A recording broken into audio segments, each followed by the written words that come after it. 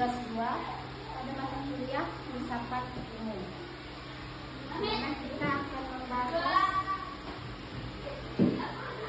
yang pertama, bagaimana filsafat ilmu mengawasi dan memperkuat eksistensi keilmiahan serta nilai-nilai dalam ilmu pendidikan. Yang kedua, bagaimana pendidikan yang bermakna dan bernilai turut memperkuat perkembangan filsafat ilmu.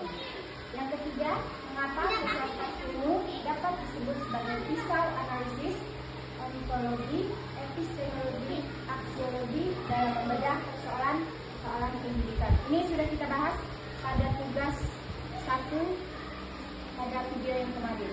Nah, yang terakhir kita akan membahas contoh konkret penerapan filsafat ilmu dalam praktik pendidikan, misalnya dalam kebijakan, kurikulum, atau proses pembelajaran.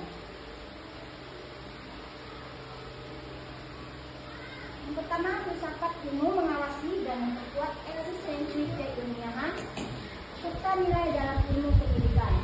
Memperkuat eksistensi di sini maksudnya filsafat ilmu menjawab pertanyaan mendasar: apa hakikat pendidikan, mengapa pendidikan ada, dan untuk apa pendidikan itu.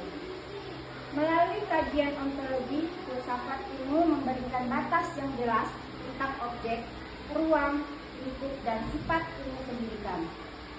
Berikutnya, keilmiahan.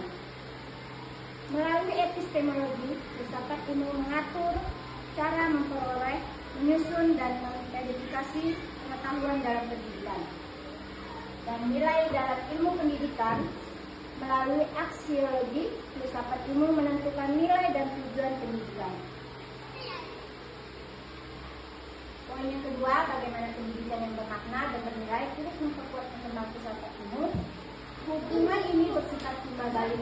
Jika filsafat ilmu memperkuat pendidikan, maka pendidikan yang bermakna dan bernilai justru menjadi ruang uji dan sumber pengembangan bagi filsafat ilmu itu sendiri.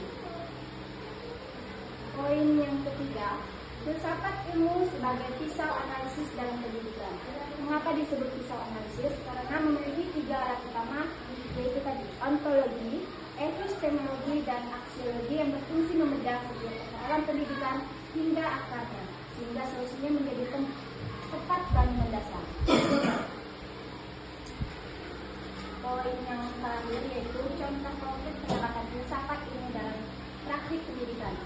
Dalam kebijakan,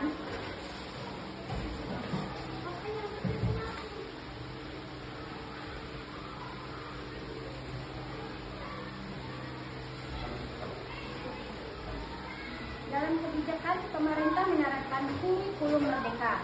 Di sini filsafat ilmu bekerja secara ontologi. Kurikulum ini memandang siswa sebagai individu unik yang punya potensi berbeda. Dalam proses, seorang guru tidak lagi hanya berceramah. Berdasarkan pemikiran filsafat, guru memahami bahwa pengetahuan dibangun oleh siswa itu sendiri. Demikian video yang dapat saya buat untuk memenuhi tugas 2. Sekian dan terima kasih.